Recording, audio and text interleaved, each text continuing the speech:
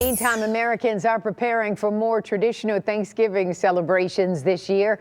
This after many families chose to forego or scale down their gatherings in 2020. New statistics show about 70% of Americans are planning to spend the holidays with family and friends from outside their own home. Numerous travelers opting to fly to and from their destinations for the holiday. In fact, the TSA expects the Sunday after Thanksgiving to be the busiest travel day of the year, with an estimated 2.4 million passengers. That number near pre-pandemic demand. Right now, things are running smoothly at Detroit Metro Airport. But let's check in with 7 Action News reporter Darren Cunningham to see what you can expect if you're flying this week.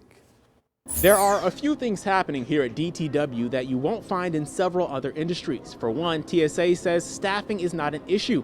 They are offering overtime to help meet the demand. Also, 90% of their employees are vaccinated. And passengers do not have to show proof of vaccination. They're just asked to pack a little patience and kindness. I think I beat the rush hour a little bit because, you got the morning crowd, you got the midday crowd, and then you got the afternoon, late the evening crowd, and then you got the last minute crowd.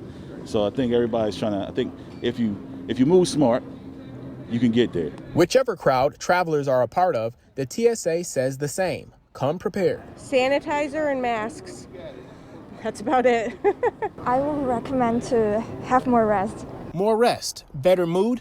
Well, with 20 million people expected to hit the runway this Thanksgiving holiday, TSA Federal Security Director Steve Lorenz says cooperation is certainly needed, starting with following the mask mandate on airport property. We're seeing unruly behavior on a rise, so we want to make sure that we're working and communicating effectively, but also understanding that there's mandates. There's been a lot of changes during the COVID pandemic. More acrylic barriers separating employees and customers, and a touchless process where passengers insert their own ID into the scanner. Also, Lorenz says less clutter in your luggage means the screening process moves quicker. People during the holidays carry food items, so anything liquid and gels and things like that, like gravies and cranberry sauce and preserves, we ask them to, pack that in their checked luggage, right? So you can bring baked goods to the checkpoint. And be mindful of the rules on firearms to avoid criminal or civil penalties. Just this week, a weapon discharged in Atlanta's airport. So one of the things that we ask people is just to make sure that you check with the airlines. There's very specific requirements on how you pack a firearm, how you secure a firearm, and how it's carried in checked luggage. Lorenz says the mask mandate is in effect through January 18th. In Romulus, Darren Cunningham, 7 Action News.